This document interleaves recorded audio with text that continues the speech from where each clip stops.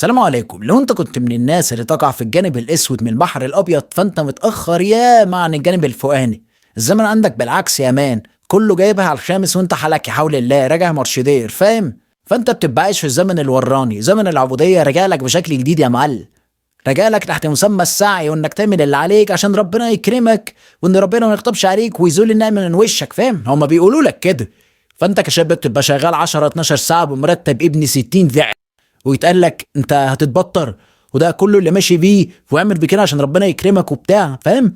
واللي يقول لك ارضى باي حاجه عشان ربنا يكرمك ويرزقك ويفتح حالك قدام، وانت قدام تبقى ماشي بالفلترين عمال تدين بظهرك في شفت ال 12 ساعه اللي انت خفت تسيبه، لانك كنت مفكر انك ساعتها لو سبت الشغلانه دي يبقى انت كده بتتبطر. ما تعرفش ان صاحب الشغل بيقول لك كده عشان هو بيلزق استغلاله وجشع بسيره ربنا بس مش اكتر.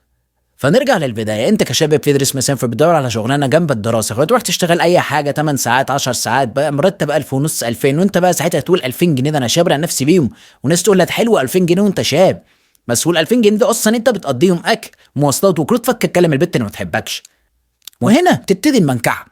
ال 2000 جنيه دول انت في خيالك انك هتشبرق نفسك بيهم وتحوش كمان، وهتتفاجئ بعد اول مرتب ان ال 2000 جنيه خلصوا زي ما قلت لك، مواصلات واكل وكروت شحن تكلم البت اللي ما تحبكش. اصلك بائس. فانا وعيك يبتدي يزيد بقى، فتقول لهم وال 2000 جنيه ما لهمش قيمه. طب لو انا قعدت سنه اشتغل ب 2000 جنيه ومن غير ما هصرف اي حاجه، هعيش في تقشف. ايه تقشف دي؟ عايش في تقشف ويبقى معايا 2000 جنيه كل شهر، اخر السنه يبقى معايا 24000 جنيه هتحطهم في وعك هتبقى واسعه كمان، اجل 24000 جنيه مش هيكفوا.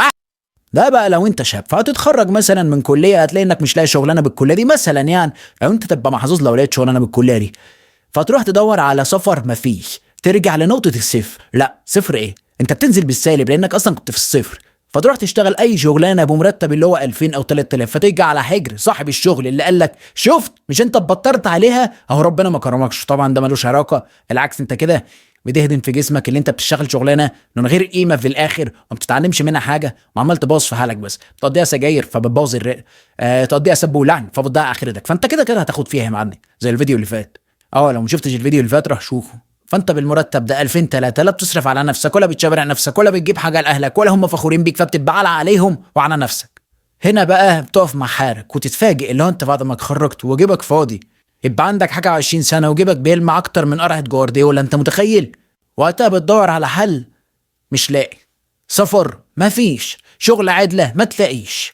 فانت هنا قدامك حلين، ان الحل الاولاني انك بتمشيها شمال وهيبقى معاك فلوس كتيره والدنيا جميله وهتعرف بنات، بس انت خسرت اخرتك خلاص وخسرت نفسك. يا اما لو انت راجل عالظبط وعندك ضمير ومال وهدوم وكده وما تحبش الحرام ومالكش في الشمال والشمال مش جاي معاك سكه، حلك ايه؟ والله ما اعرف حلك، يعني لو انت لقيت لها حل بقول لي عليه، لان الحل واقف وكله عطلان والله. وكده يكون فيديو النهارده خلص، يعني كان معاك سيد الحكيم. اعمل سبسكرايب ولايك وفعل الجرس عشان يوصلك كل جديد، وخش شوف بقى الفيديوهات اللي على القناه هتتبسط يعني، وقول لي انت عايز موضوع الحلقه الجايه عن ايه بس. والسلام عليكم يا ملبس.